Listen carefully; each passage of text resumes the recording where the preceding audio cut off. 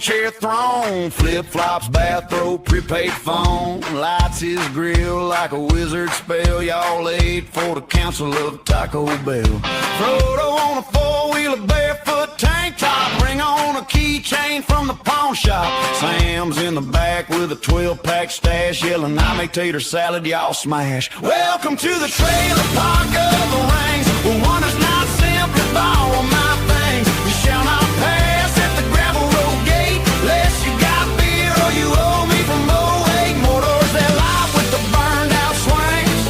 We're the redneck fellowship of the range.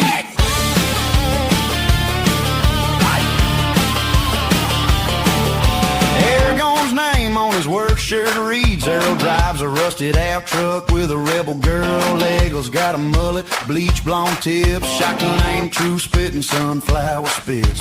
Gimli's in a cut-off beard like steel, tiny little legs on his big old grill. They argue about NASCAR, spitting a cup to whoever wins beer pong's the king. Step up. Welcome to Trailer Park of the Range, where one does not simply borrow my things. You shall not pass at the gravel road gate unless you got beer or you owe me from 08 Motors that live with the burned out swings. We're the redneck fellowship of the range.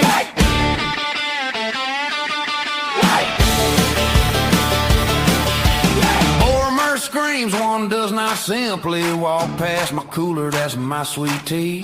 Tries the ring on just to get more dips, instantly trips over all his empties. Gollum in a kiddie pool full of ice, croaks my precious to the Cajun rice, steals all the wings from the barbecue pit. Filthy hobbit says never bring enough dip.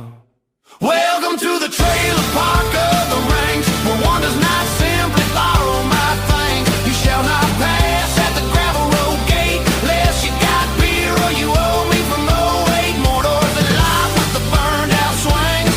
We're the redneck fellowship of the range. Saramon's tower is a rusty crane, stealing cable off the neighbor's lane. Orcs in white beaters, mud on their boots, blasting fireworks at the chickens and coops. And Adrienne runs a vape shop stand, Palm read a tarot spray tan can. Says if I took that ring, boy, I'd own this park and your ex-wife's ride. They hitch a busted boat to a shopping cart. Road trip, boys, this is where it starts. Mount Doom's just a county dump at night, glowing orange from the Christmas lights. Frodo says, Sam, if I don't pull through, clear my tabs at the drive-thru. Sam says, I ain't letting you go alone. We still got combo meals on loan. You shall not pass on the speed bump hill. Trailer park, Middle Earth standing still. One ring lost in the septic tank spring.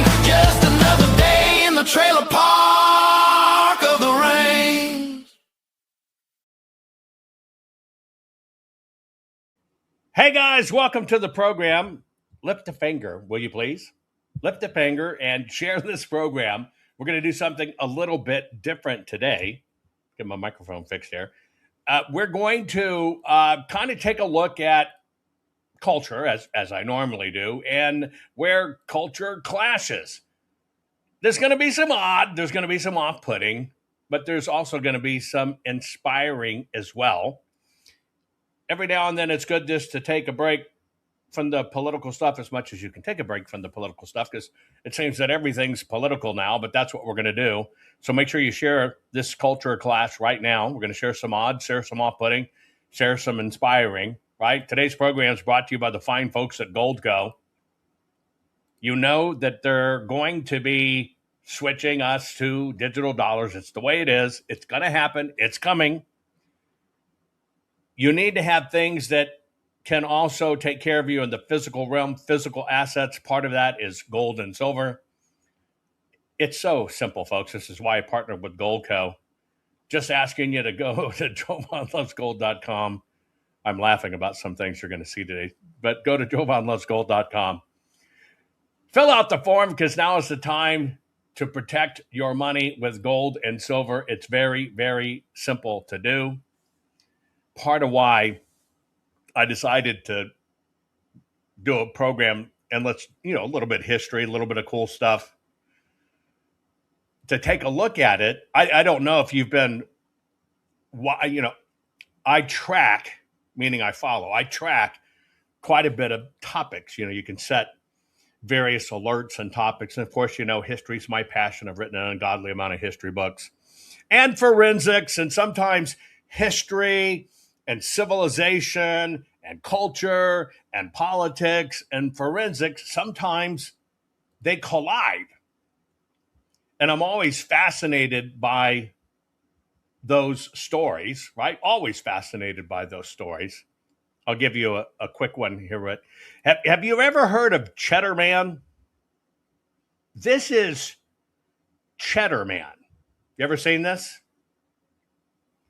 Cheddar Man is a skeleton recovered over in the UK, right? And it happened to be the oldest, nearest complete discovery of human skeleton ever found in Britain. Okay? Ever found in Britain. And this is a pretty good deal because a lot of times you don't find the whole skeleton. Well, and this was found years and years ago. And so they basically over time started reconstructing what Cheddar Man looked like based on his skeletal features. You can kind of see the oddity in his cheekbone there. That's why he's kind of puffy here, right? Well, science was very excited about this discovery. Then, of course, DNA comes along, and what they did is they decided to drill into the bones, the actual bones of Cheddar Man, to see what they could find out about Cheddar Man. So they took DNA from the powder by drilling a hole in the skull, and then that powder was sent. I believe it was, to this geneticist, Susan Walsh, Indiana University, Purdue University, Indianapolis. Okay. And she ran it all through the computer. This was, back in 2018, right? They ran it all through the computer and they said, we think we've got the model wrong. Well, from this, here's the skeleton. Okay. And they had modeled it using known techniques of, doing reconstruction. They modeled it and created this. And then it was sent to Purdue University, basically. And a geneticist, this lady geneticist, says, well, we think we got it wrong. She said two things. We really don't know. There's no way to know. But we think we got it wrong. And they... some artist, recreationist, took her information and recreated Cheddar Man. Now, here's their version of Cheddar Man based upon what she said. Now, this was a big, quote-unquote, discovery at the time. Think back to when it is. They basically said, these researchers said, we've been able to accurately reconstruct the face of the first Brit based on DNA. And they sensationally revealed that he was blue-eyed and black. He was black skinned. And they said they were able to do this based on his probable DNA profile. You with me so far? And so what they did, all of Britain, in a I guess a flex, adopted. Okay, well, if science is right, we got to follow the science, and that's what they say it is. They've got to get rid of this racist model of Cheddarman because it's absolutely racist. Based on their reconstruction and what the researchers said, Cheddarman in no way could have been depicted as he always was depicted. And so the whole system upgraded and revised their basis and said, Britain, the UK, people were black. Now you can imagine this was kind of an interesting thing in history because it goes against everything that you could look at history and know. And nobody wanted to challenge it because they were saying, if you don't accept this, you're racist. And you know how that goes in institutions. You know how that goes, especially in the UK and institutions and stuff. If you don't accept it, you are racist. Well, not too long ago, instead of taking the DNA from the bone, which you can get DNA from the bone, they allowed the drilling of one of the molars and found the DNA of Cheddarman intact. They found the entire genetic profile of Cheddarman intact. So they decided to try to further confirm the evidence. And so what they did is in the area where Cheddarman was found, not even a half a mile away. Now we're talking 300 generations of mankind. 300 generations. What are the odds they could find a DNA match living 300 generations later? Now, that's pretty awesome, right? You got to remember the DNA from the bone powder is one thing. Yes, there is DNA. It's not as complete, not as telling as any other DNA. This is why I'm fascinated by forensics. But when they took it from the molar and they took that DNA, they got a far more complete profile, right? Then what researchers did is they went searching for that exact DNA profile, not just kind of random things. And lo and behold, 1/2 mile from where Cheddarman's body was found, where they recovered this 10,000-year-old skeleton. Yeah, we'll call him Nacho Man. Nacho Man. Cheddarman. 1/2 mile from where he was found, they found an exact genetic match living descendant. Now, here's what's really interesting. This fellow, total living descendant, happens to be a local history teacher of all things. And there he is.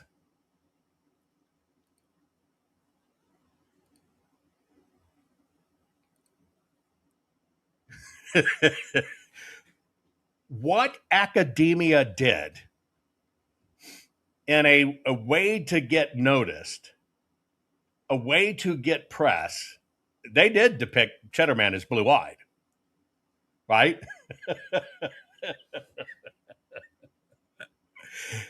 No, Britain was founded by black people. They were black. They were out of Africa. They were black. Yeah, you might notice a little bit of difference.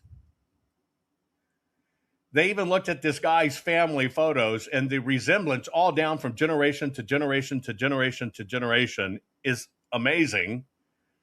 But if you could actually take Cheddar Man's DNA and reconstituted, behold Cheddar Man.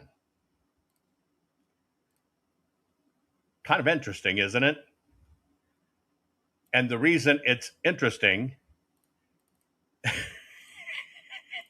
you probably figured this out on your own, that this stuff was a bunch of hooey balooey, and Cheddar Man,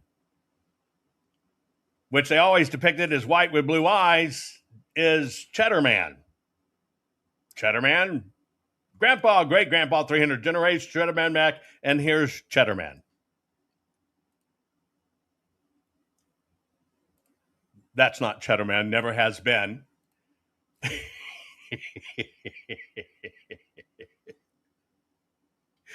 This kind of shows you how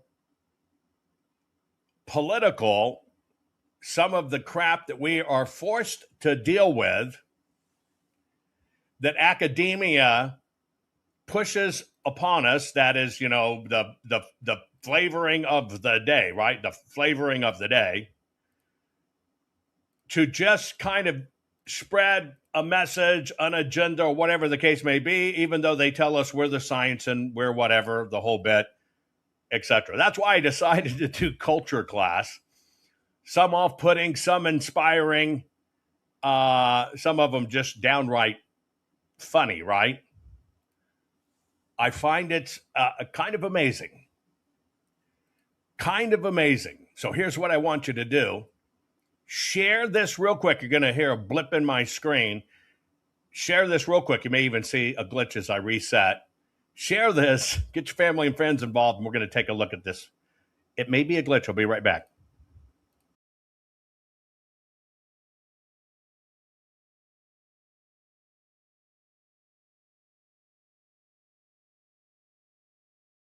Sorry about that. I had to reset in the studio. Every now and then it kind of does that. Who knows why? It's usually when I go after tough topics. Anyway, quick break. Get ready. We're going to show you some great stuff. Be right back. In 2012, something changed. Not in one country, not in one school, not in one family. Everywhere, at the same time, all at once.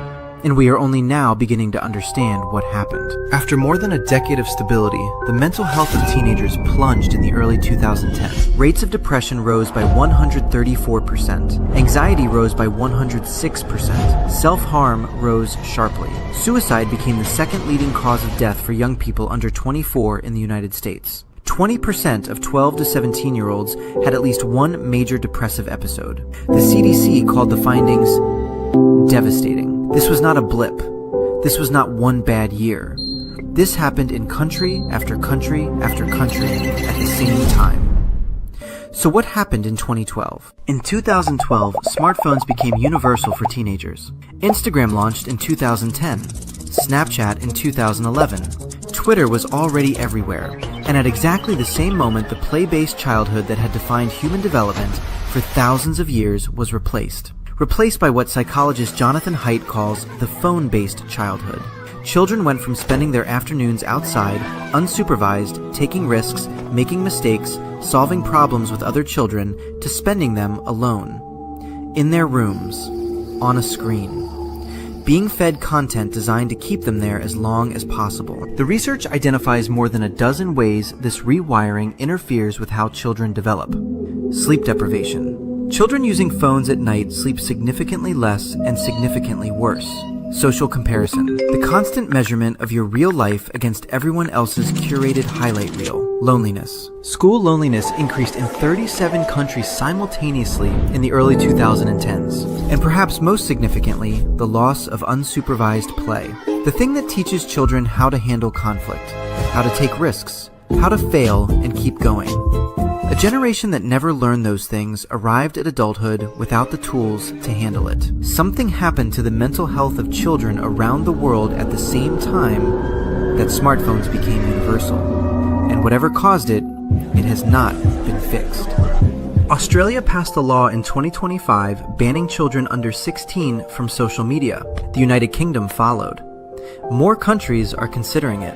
Whatever you think of those laws, they exist because governments looked at the same data and decided that doing nothing was no longer an option. The question is not whether something happened to this generation. The question is, what are we going to do before it happens to the next one? Look, I think we know something happened to our generations, right? By the way, if you want to share, thank all of you for any of my books that you acquire. Thank you so very much. Secondly, please make sure you go back and leave reviews. Please, verified reviews. It helps other people find the book. Now, of course, in the Gollum Effect, I talk about how we've done this to our kids. And people are finally waking up to this in our culture of stuff. We've got some stuff that's not good, right? I'm going to show you something.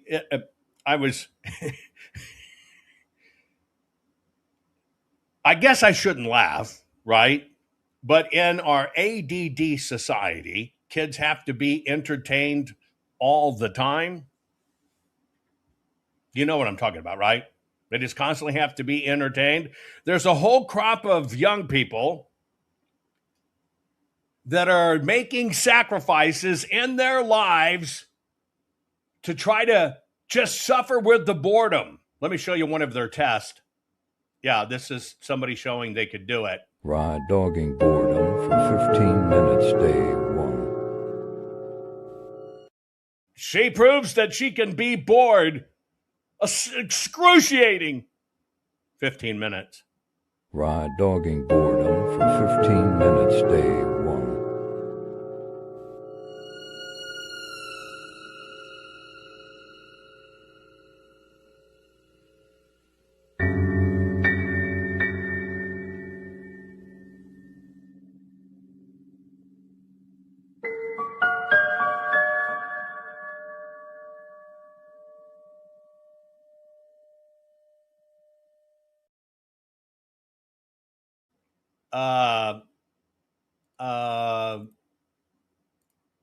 I guess it's a milestone in her life. She was able not to eat, drink, game, text, listen to music for 15 minutes.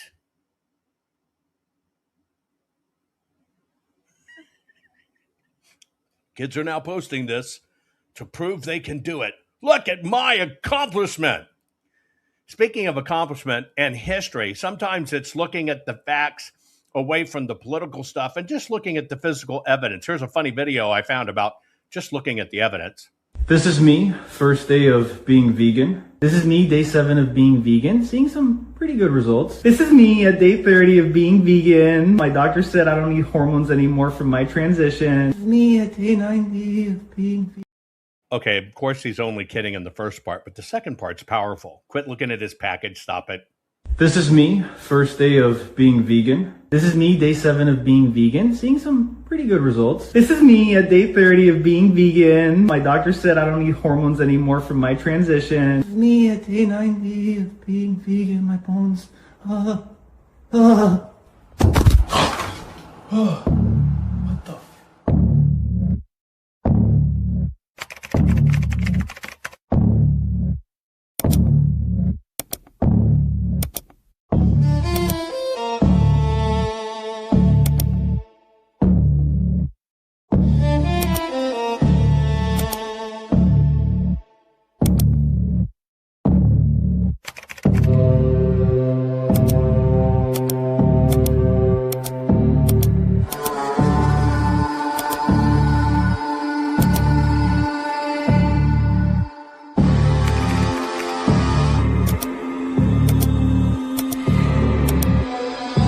The meat, dairy and egg industry having quite significant influence on the information going out to doctors.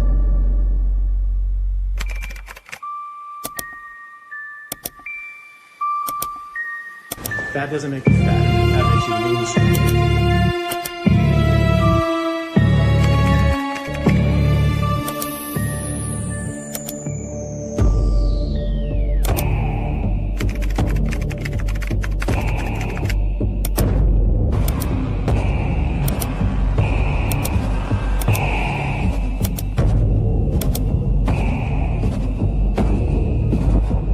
You've seen who who backs the plant-based movement. Plant-based diets are just another excuse to consume slop. Vegan or not, you need to find out what they're feeding you. I think that's kind of true when you really look at it, that the system wants to give us slop. They don't want us to see with our own eyes. Pop quiz. 96 to 98% of the population every day consumes this one product. It's not a brand. When I say product, it's a thing in our food supply that has now been clinically proven, and you can trace it right from its invention. You can go from invention backwards and look at everything. You can go from invention forward and everything and look at the science and things they've had. But 96 to 98% of people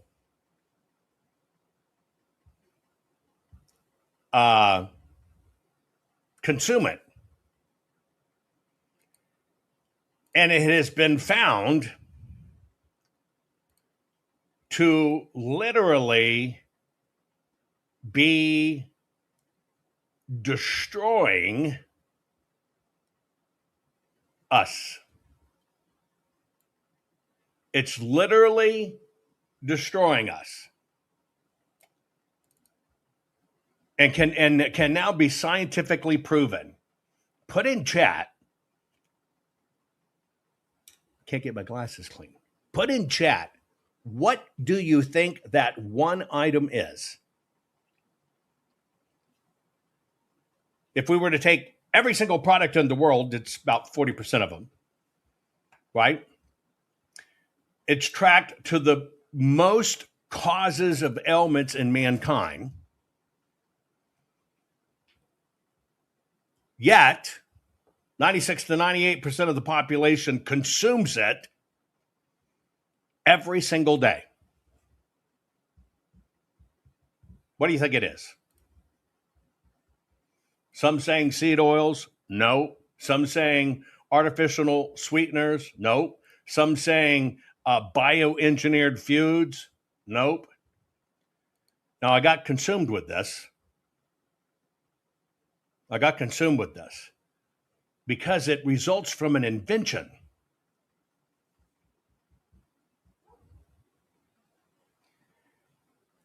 The data, I've been compiling it, doing it.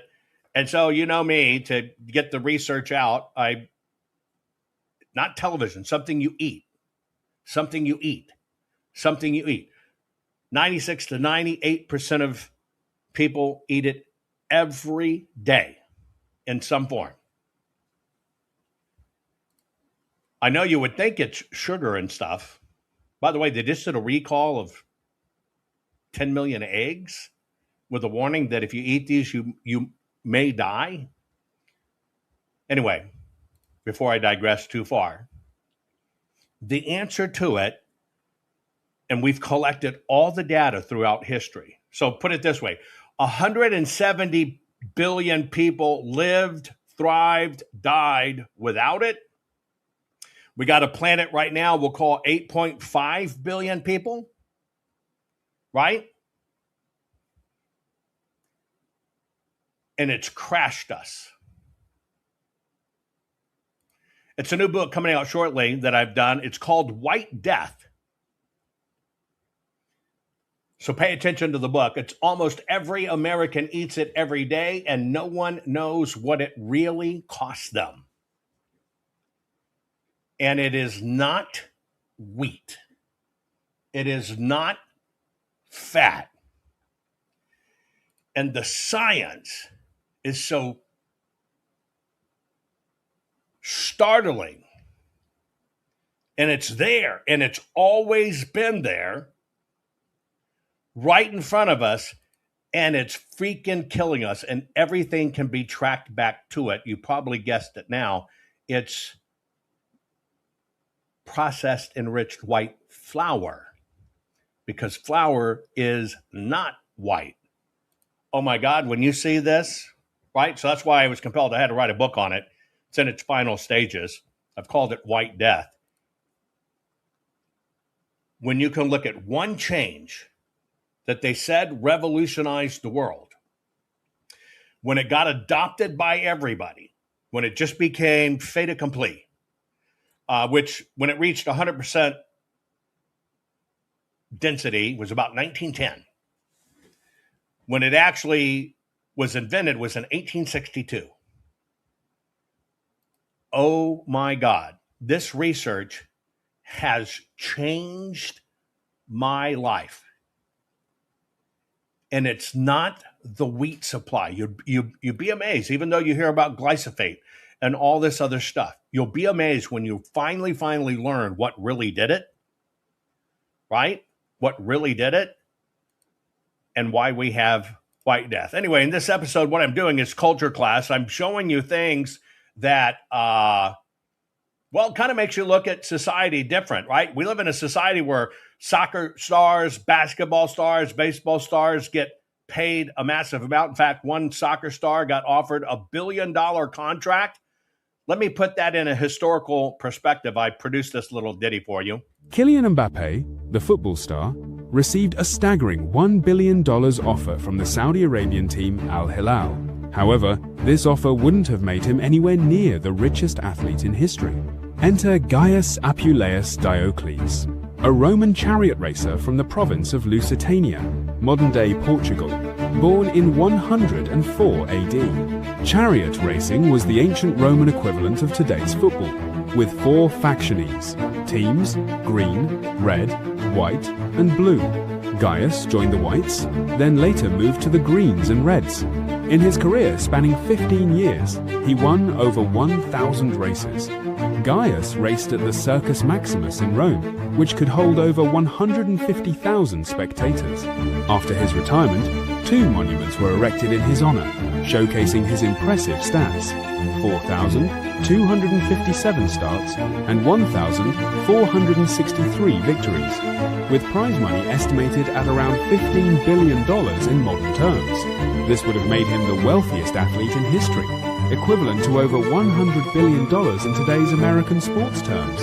This historical example sheds light on ancient Roman society during the empire, revealing the time and money available to support such a lucrative sporting scene.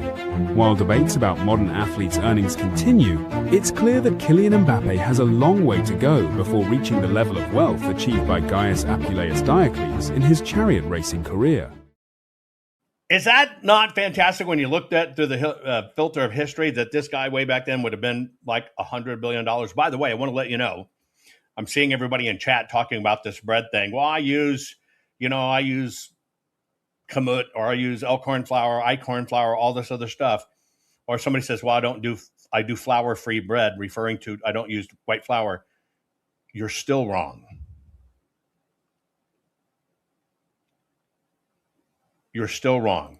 This discovery, I was working on my book for Ancient Foods, Ancient Breads. I'm doing a series bringing back the recipes from way back in biblical times and whatever. It's a long project, right?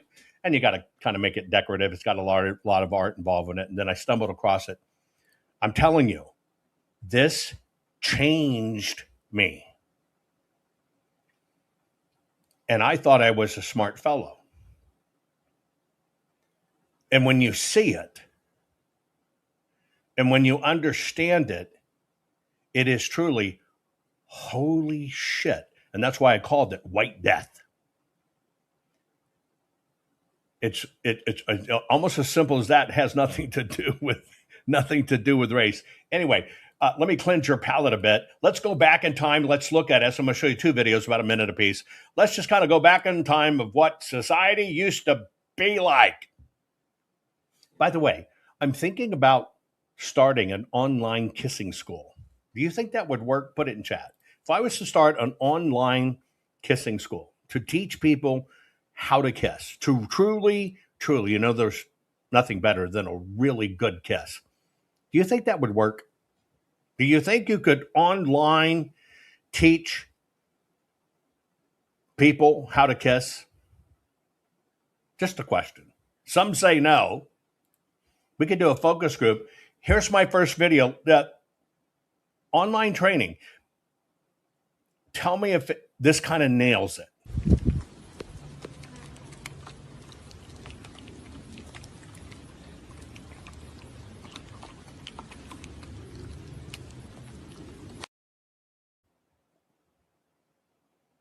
You like sound effects?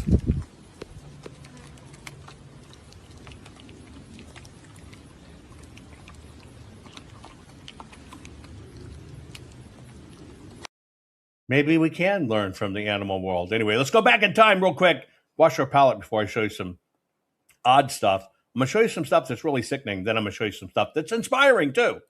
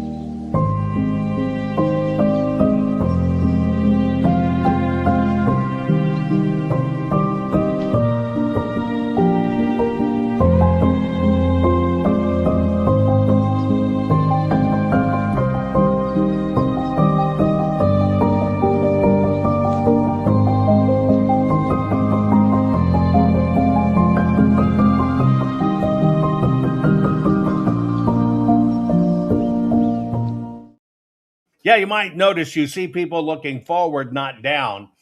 This is, and I only show you these little bits because it applies to today because we're going to do some juxtaposition. But also you notice you don't see obese, sickly people and everybody's looking forward, not down. This is just before the dramatic change that I told you about. You're gonna learn about in my book, White Death, right? Almost every American eats it every day, and almost no one knows what it really costs them. And when you just look at the footage of us before this, it's amazing. Here's one more.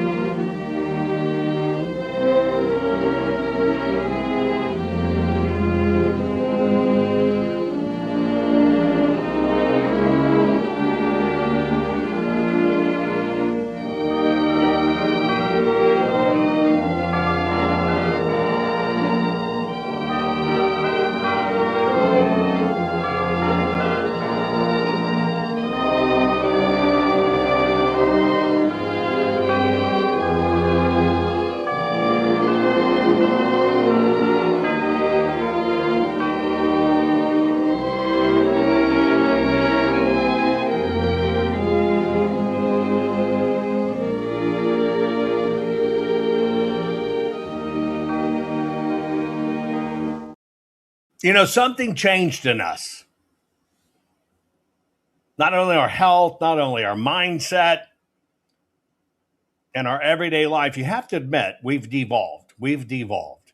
A good example is the things we applaud and cheer on today is a good example. Here's a little ditty that will help you understand that.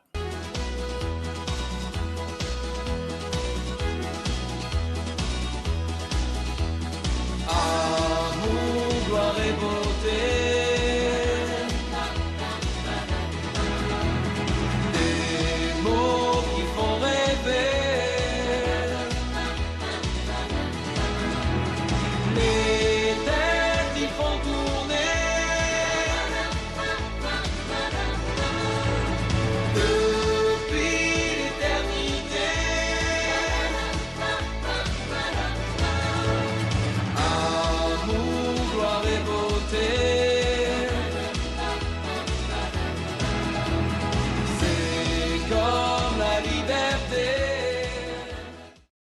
Boy, isn't that true of what our kids have been pressured into thinking and wanting and appreciating, and how far we've fallen. I'm going to show you where the sickness begins, but how far we've fallen that we can't even,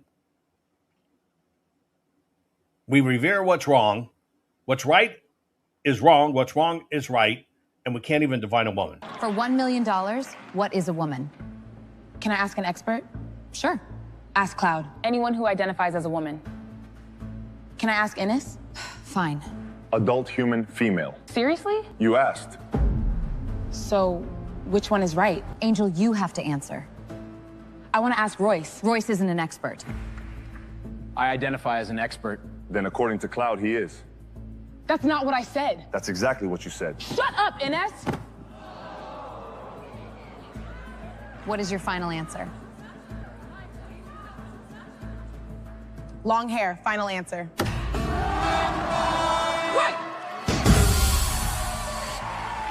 Did I win? You know, we're making fun of our stupidity. You know, that's the stuff in the WNBA, right? All about what a woman. The two former professional basketball players that now say they identified as a woman, they won't let them in the draft, and they banned them from all stadiums because they say just being there is a disruption. Let's go back in time. Let's go back to, you know, when I just showed you the videos walking the streets. Let's go back to how certain things came about and when mankind really relished and did great inventions, great things, set great standards. Every clock on Earth is set to one place. Every time zone starts there. Every GPS satellite is guided by it. A small building on a hill in southeast London. In 1675, Britain built an observatory at Greenwich to solve the greatest problem in navigation. Where on earth are you? A British clockmaker, John Harrison, cracked it. British ships carried the answer around the world. By 1884, 72% of the world's ships already used Greenwich time. 25 nations came together and voted. The world would set its clocks to Britain. France abstained, then quietly adopted it anyway. Today, every second on Earth is measured from that building. Britain didn't just keep time. She gave it to the world. Every video we make is funded by people like you. Britain gave the world its time. Help us give it back its history. proudofus.co.uk. Be part of us. Be proud of us. It's a great site. By the way, it's a great site to follow, as I do. What they do is produce videos. I'm going to show you a couple. Produce videos reminding people in Britain what they are and where they come from. Now, why are they doing that? You saw this Professor Araday stuff, and now they're blaming, well, the media killed him. By the way, we're doing culture class. I'm showing you some odd, some off-putting, and some inspiring. The UK, we know it, has fallen. The UK used to be known for great things. Now, look, mankind has always had to reverse its thinking on some things. I mean, that's just a proven fact. It's why you look at history. Tonight, Britain loses the sun. For 1,000 years, a black sun meant one thing: terror. In the year 1133, the sky went dark over England. King Henry sailed for Normandy. He never came home. England decided, eclipses kill kings. So how did Britain stop fearing the sky? Nearly 600 years later, one Englishman said the darkness would come again. He named the day, the hour, almost to the minute. His name was Edmund Halley. Using Isaac Newton's mathematics, he predicted the 1715 eclipse to within 4 minutes. Then he printed a map, so nobody in Britain would be afraid. And ordinary Britons answered, shopkeepers, parsons, timing the heavens with pocket watches. Crowds gathered, not to pray, to watch. Tonight, the sun disappears again. From an omen that killed kings, to a wonder the whole country steps outside to share. That is what one curious mind handed down to you. We are the home of British heroes. Help. I don't know, did you notice last night was a lunar eclipse? Did you actually get out and look at the lunar eclipse that happened? This is where I believe science confirms biblical things. But we do make mistakes. Now, sometimes we stumble on inventions. I'm going to show you a longer video, but it sets up the final two I'm going to show you. I want to show you just about the nature of mankind. And here's the deal. If you never try to tackle it, you never try to solve a problem, and you just sit on the sidelines, you end up doing nothing. However, sometimes those mistakes lead to greater things and end up changing the whole world. Here's an interesting story. Happened in Britain. I'm going to show you why I'm doing this after this video. Happened in Britain. But sometimes failure changes everything. For 3,000 years, only the rich could wear color. A teenager in London ended that. It took him 18 months. He was trying to cure malaria, but he failed. And this is why color is cheap. Before him, color was a luxury good. Red came from a beetle, crushed by the thousand. Blue came from a plant, rotted in urine. Yellow came from saffron, weighed against silver. And purple came from a sea snail, which men dived for and counted by hand. 12,000 snails. That is what the hem of one robe cost. So color was not a taste, it was a rank. You could read a man's income across a street. The rich wore scarlet. Everyone else wore whatever grew in the hedge. Britain could make anything except color. He was one of them. His name was William Perkin. He was 18 and he lived in Shadwell. His father was a builder who wanted him to be an architect, but he wanted chemistry, and he got his way. By 1856 he was at the Royal College of Chemistry, assistant to a German professor called Hoffmann, and Hoffmann had set the whole field a problem: quinine. Quinine is the only thing that treats malaria. It came from a tree, and it cost a fortune. So the question was, could you build it from scratch? The raw material they were told to use was the black sludge left over from making gas, coal tar. Every town in Britain had gasworks, and gasworks had waste. The idea was to turn the waste into medicine. Easter, 1856. The college shut, and Perkin went home and kept working. He had a laboratory in the top floor of the house. He took an aniline, which comes out of coal tar, added acid, and added potassium dichromate. And he got a black sludge. It wasn't quinine. It was nothing like quinine, so he went to wash it out. When the cleaning alcohol went in, the liquid came out purple. Not stained, not muddy. Purple. The same color emperors killed for. Sitting in a sink in Shadwell, made out of the waste from a gasworks. He was 18 years old. His aniline was not pure aniline. Clean chemicals would have given him nothing. The color came out of the dirt in the bottle. It was the greatest accident in the history of color. All because a teenager's supplies were dirty. Most people would have written that up and stopped. But Perkins dyed a piece of silk with it instead. The color held. It didn't wash out.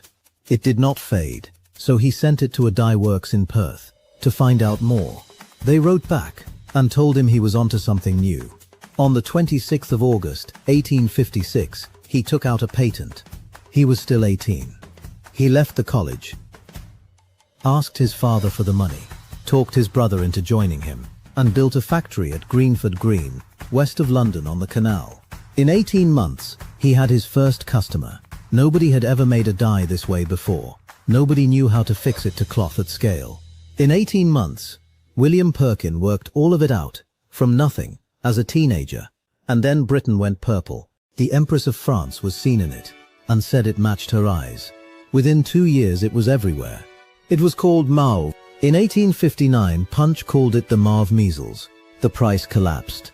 Color stopped being something you inherited, and became something you bought for a few pence. A servant could wear the same color an empress had worn. That had never been true before, anywhere. And then Britain lost the industry that it had started. Within 8 years there were 68 firms making dyes, most of them in Germany. By 1900 Germany made 85% of the world's color. And the man who taught him, Hoffmann, went home to Berlin and helped them do it. Perkin sold up in 1874. He was 36. He went back to pure research, which is what he always wanted. In 1906, 50 years on, they knighted him. And the thing he first tried to make The quinine. Nobody managed for another 90 years. He failed at the thing he set out to do, but the industry he started did not stop at color. The same chemistry went on to make medicines. One of the first was itself a dye. He never made his medicine, but the industry he started made thousands. It began in an attic in Shadwell. Now look around the room you are sitting in. Look at what you are wearing. Look at the colors on the shelf. Nobody dived for them. Nobody counted the shells. They are just here, all around us, and they belong to everyone. All because a boy in Shadwell got it wrong. And instead of washing it away, he gave the world color. Britain has given the world more than it will ever know. Help us hand it all down to our next generation. Everything we make is free, and stays free because of people like you. Be part of us. Be proud of us.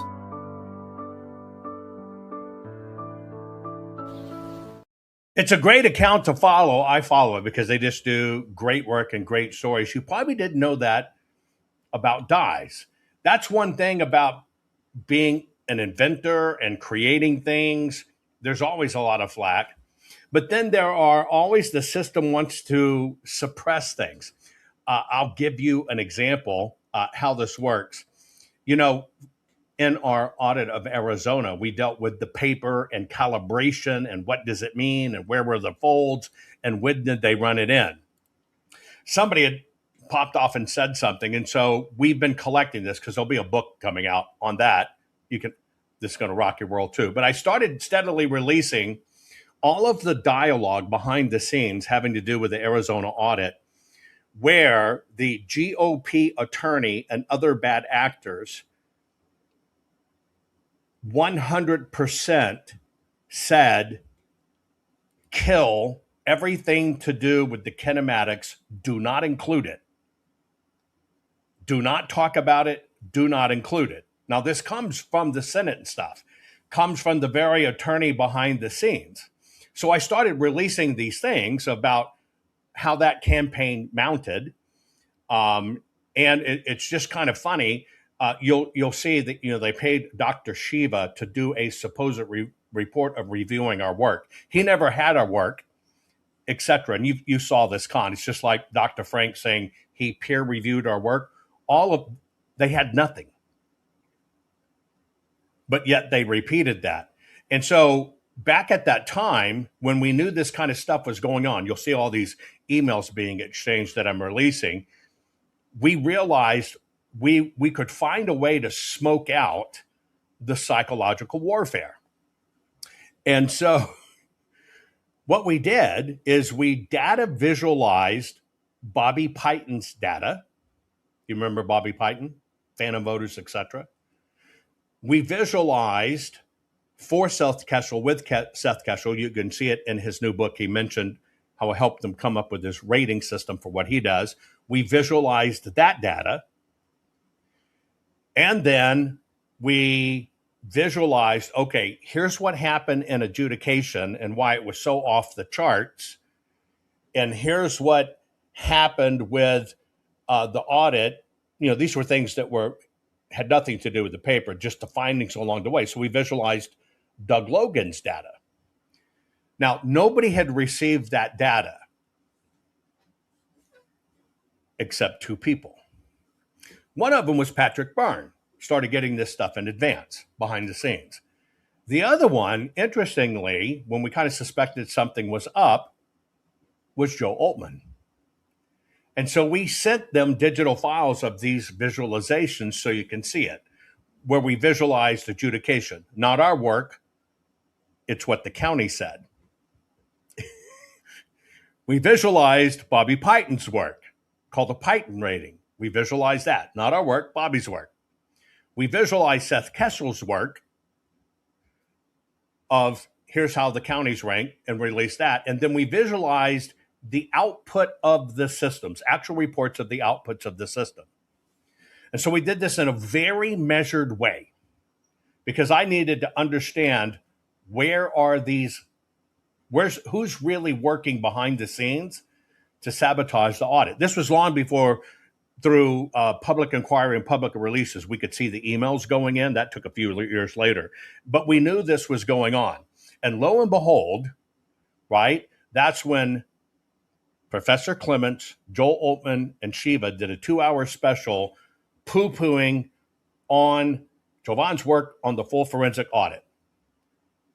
What they had no idea, but we had to see what they would do, is none of that's our work. It's the output of the machines visualized. It's the output of the actual reports of adjudication visualized. It's the output of Bobby Python's work visualized, output of Seth Geshel's work visualized, because you got to understand everything around it. And they did a whole 2-hour special. It was all a rook. It was all this. And you actually see the email, which I released, of Shiva being paid by an outsider, Randy Pullen, to do a report on that. But see, Shiva never had it. Dr. Frank never had any of it. What Shiva did is Altman handed Shiva that stuff behind the scenes. It says, I got a hold of what he's doing in the audit. This is how we smoked everybody out, because it all had to do with the paper and the calibration. And I've started releasing that online where you can see it, where you see the emails with Doug Logan and stuff, having to fight the GOP attorney, basically telling him, if you use Jovan stuff, we will sue you. And Doug Logan telling them, screw you, go jump in a lake. But now you can understand what went on. And so part of this is, because I'm in this interesting historic mode as we prepare a lot of these documents and books, right? So you know the whole story. You can now see it, who was involved, who did it, who triggered it. Again, we tracked every bit of it. It's also why we sent in all the actual results. Yeah, I just have to laugh. Big Jovan stuff is stuff. They bought it, ran with it, do it, not even understanding what they were looking at. And what they said, this is crap, this is stuff, it's not a possible adjudication. They're looking at the county's information visualized. That kind of shows you how hard this war has been fought. What our real work was is looking at the paper. Was it voted by a human? Was it folded or whatever? Anyway, my last 2 videos, you might have noticed I focused a little bit on Britain on this. Britain used to lead the world. Before America led the world in inventions and breakthroughs, Britain led the world in invention and breakthroughs.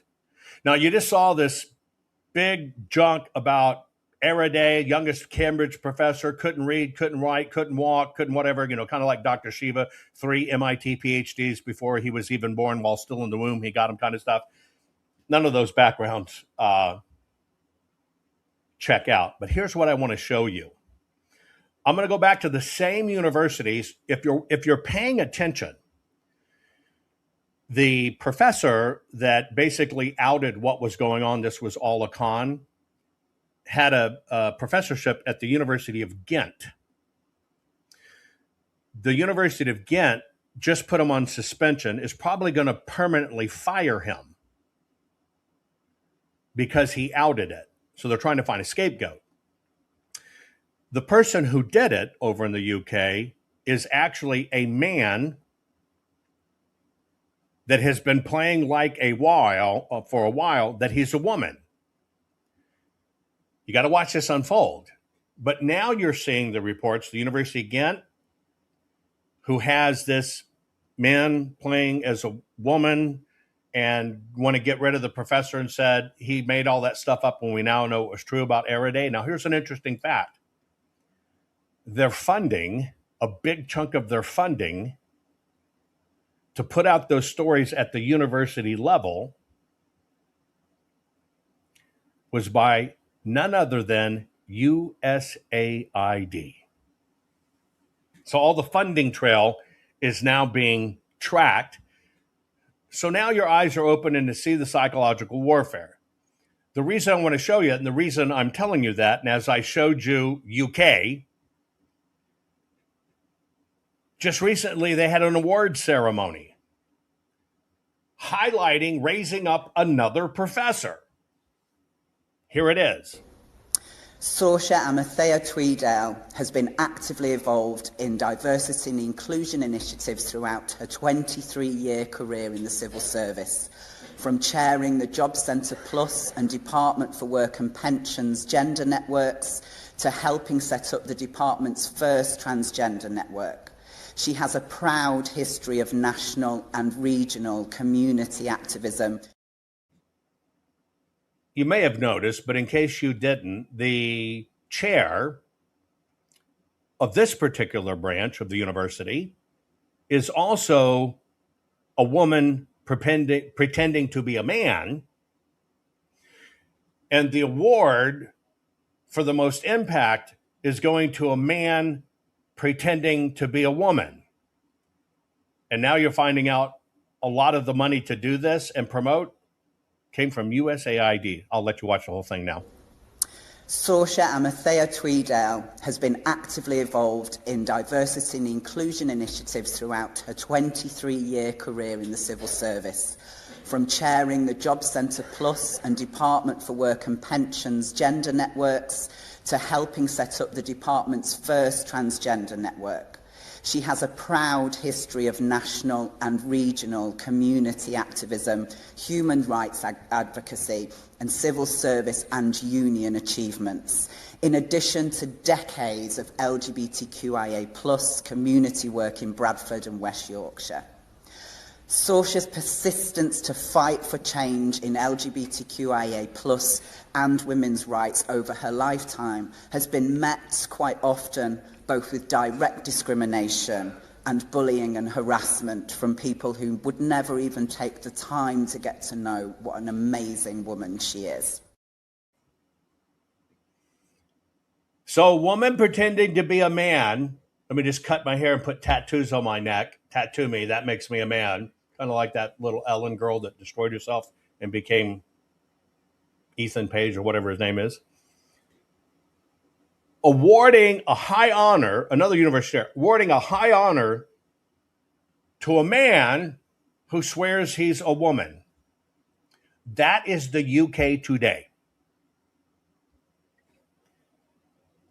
But I would be remiss in this culture clash look if I didn't take a look at what society is condoning. Let me take you to an average day in a typical educated white woman's home getting her children ready for school. And this is a real thing.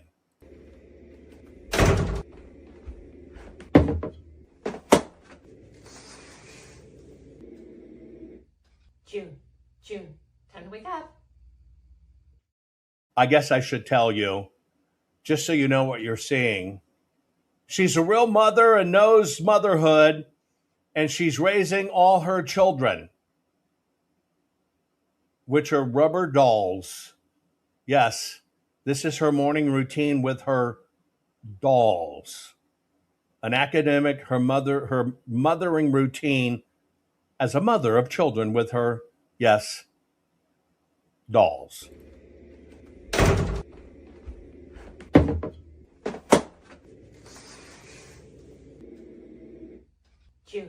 June, time to wake up.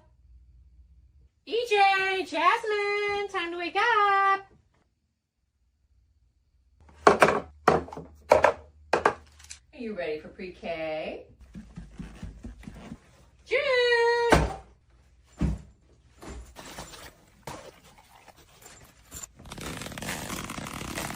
Oh, June, I bet you're going to love kindergarten.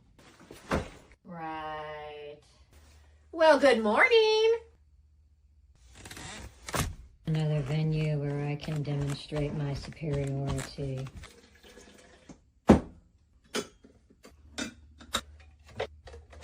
I think you'll do just fine without me.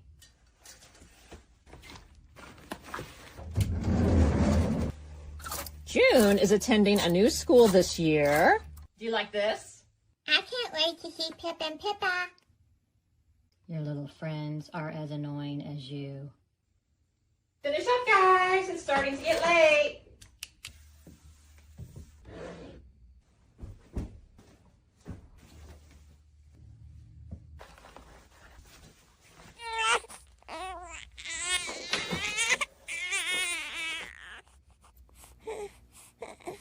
Mother, your child requires your assistance. June, do you mind rocking him for me? I'll be right there.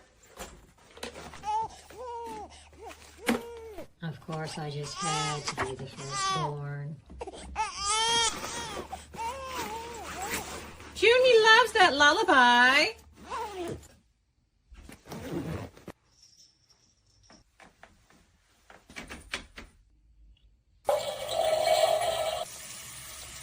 But you will know Allie. Isn't this cute for EJ? And I'm sure he'll make lots of new friends, June. Would you like to bring Mr. Ladybug to school with you like you used to do in pre-K? Pretty sure I'll survive. 1, 2, 3. Allie, you need your hair bows. EJ, you look adorable.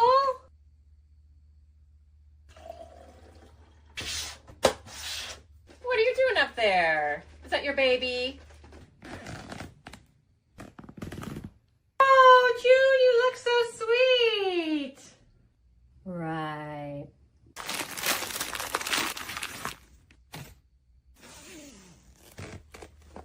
What are you looking at?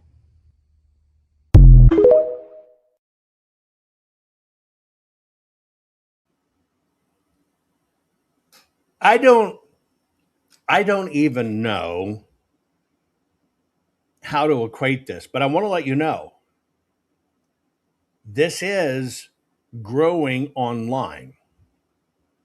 It's becoming a thing. I mean, it's becoming a big thing. Another big thing, which I'll cover in a subsequent program, is people praying for the extinction of mankind and why they're doing it. Yeah, wait till you see that. That's this woman's morning routine every morning, getting her kids ready for school.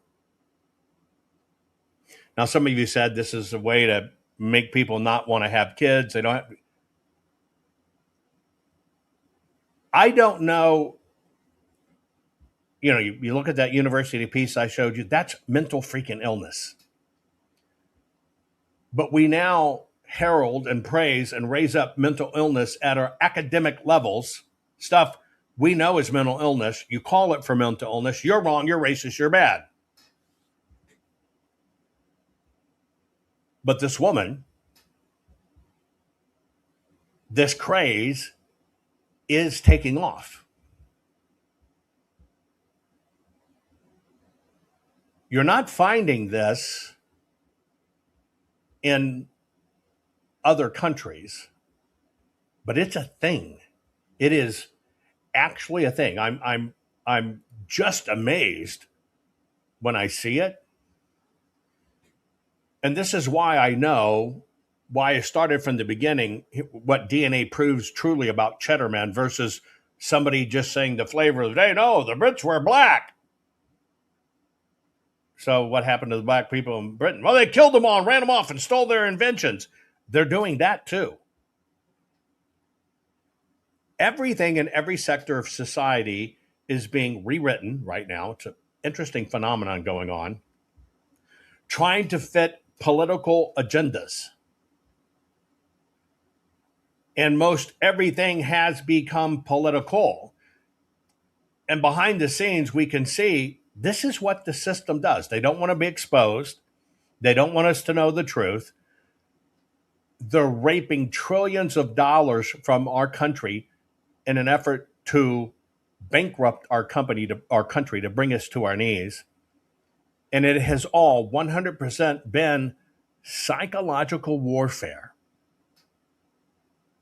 Truly psychological warfare. This culture clash is not organic. It is synthetic.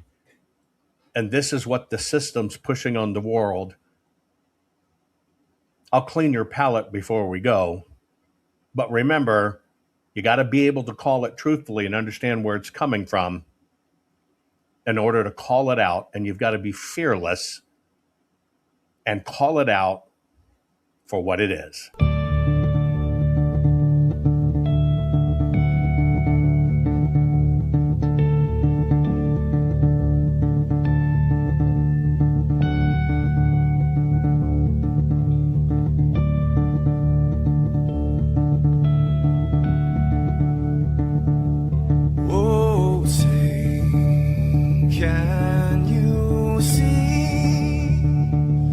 By the dawn's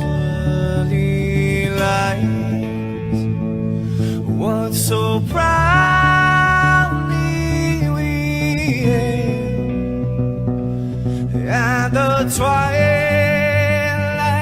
last gleaming, whose broad stripes and bright stars through the perilous fights. Oh, the ramparts we watched were so gallantly streaming, and the rockets trembling, the bombs bursting in air, gave proof through the night that our flag was still there. Oh, say, does that star-spangled banner yet wave o'er the land under the free and the home of the brave?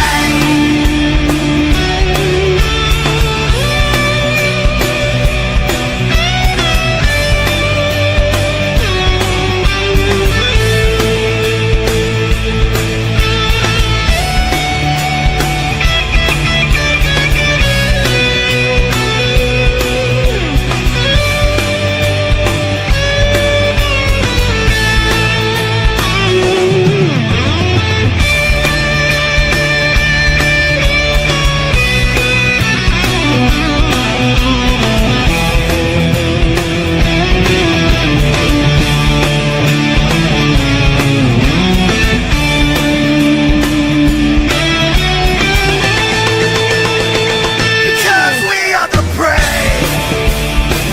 Yes, we are the brave. We'll fight you in the name of the brave. We are the US of A. For those unaware, that flag is still there. It's our future to save. This land of the brave, the US of A. Oh, say, does that star-spangled banner yet wave o'er the land of the free and the home of the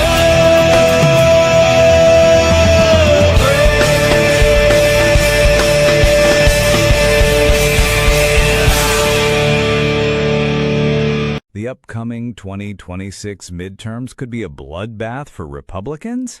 How? Consider this. On Election Day 2008, Barack Obama received 69 million votes. In his second term, he racked up 65 million votes, and he was considered the Democrat rock star president. Then Hillary ran against Donald Trump. She received the same 65 million votes. But come 2020, Joe Biden supposedly received 81 million votes? Was he really more popular than Obama or Hillary? Of course not. But that is not the half of it. In the 2024 election, Kamala Harris received 68 million votes. But did you know that now it's almost 2 years after that election, and somehow Kamala Harris has been elevated to over 75 million votes? How does a candidate get 8 million more votes after the election? Is this an attempt to validate the fraudulent 81 million vote fantasy from 2020? You bet. One thing stands between chaos and correcting history, and that is the historic 2020 full forensic archive of Maricopa County, Arizona, the single most detailed full audit of a presidential election in American history, audited over 2 million ballots, generated over 20,895,000 individual proof files, This took 58 billion forensic measurements, resulting in over 2 trillion individual base computations. This evidence must be kept for any and all future court cases, Supreme Court cases, and preserved for all time, eventually at the Trump Presidential Library. That is why we need you. You, the people, made this history happen, and now you, the people, can have a hand in making sure this evidence is saved for future generations. Please donate. Please help us. Donate now to continue to preserve and a chain of custody state of the only legal court-ready evidence of the 2020 election disaster. The 2.1 million physical ballots, the single largest forensic audit of a presidential election in American history. Please donate now and preserve history.